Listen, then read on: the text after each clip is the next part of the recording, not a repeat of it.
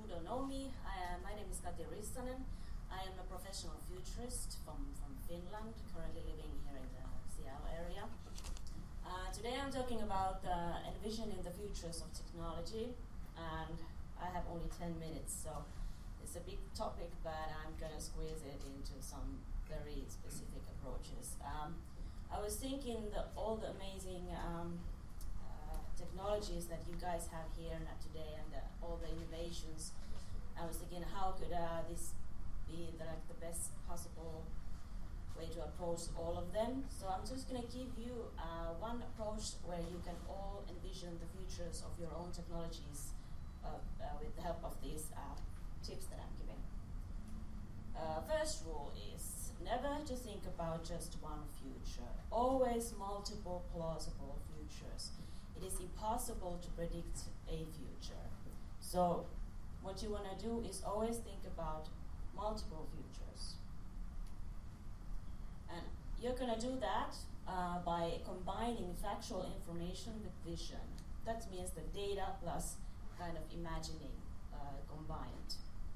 And one way to get factual information is, for example, doing a PSTE analysis, where you kind of try to gain understanding of your operational environment of your technology or innovation. PSTE means these perspectives that you want to look at. And politics, for example, you have to consider the laws, rules and regulations, or the bigger picture, what are important to your innovation or technology. Then economics, of course, that is not only your personal finance, but the bigger picture and the investor interests and all that. Social can mean many things, depending on what type of technology you're doing, but it can be the implications of your innovation for humans and society at large. Of course, tech, not only yours, but kind of the surrounding and influencing technologies that are influencing your specific technology. And of course, the speed of the development. When you are combining these factors to kind of different images of the futures, you always have to get a kind of give this a certain value of the, and one is what is your understanding of the speed? How fast is the technology developing? And of course, environment, how that creates the boundaries for your technology and innovation. Then when you have kind of gained the understanding what is important in relations to your technologies and innovations, you combine them to different kinds of images of the future. And these can be many, and this is something like kind of wild card. You can go really crazy about this.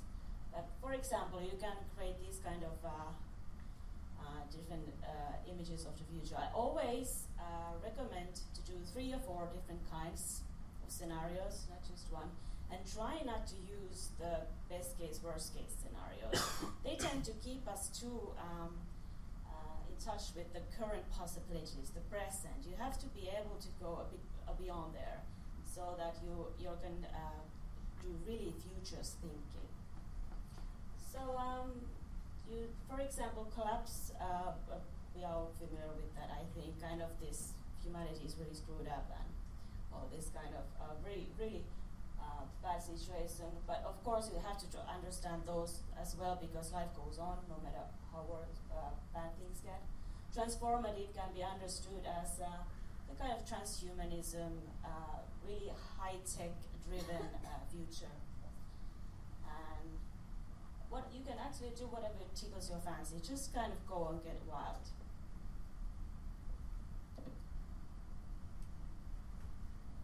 The thing is that this is one of my favorite, the second law of the futures by Jim Taylor, who's a professor from Hawaii.